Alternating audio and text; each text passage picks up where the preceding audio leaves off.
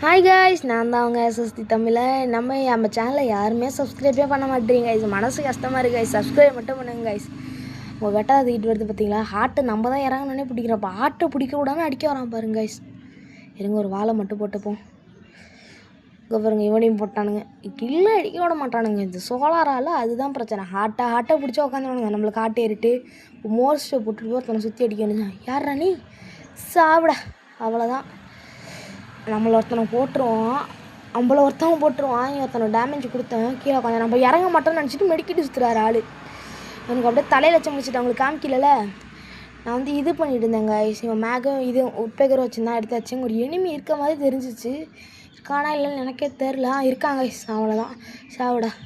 இங்கே ஒருத்தனை பார்த்துட்டேன். இப்போ மேகில் வாங்குவான் பாருங்க. ஹெட்டு பியூர் ஹெட்டு 2 அடியுமே. ஃபஸ்ட்டு ஓப்பன் பண்ணலான்னு பார்த்தா அங்கே ஒருத்தன் நிற்பான்.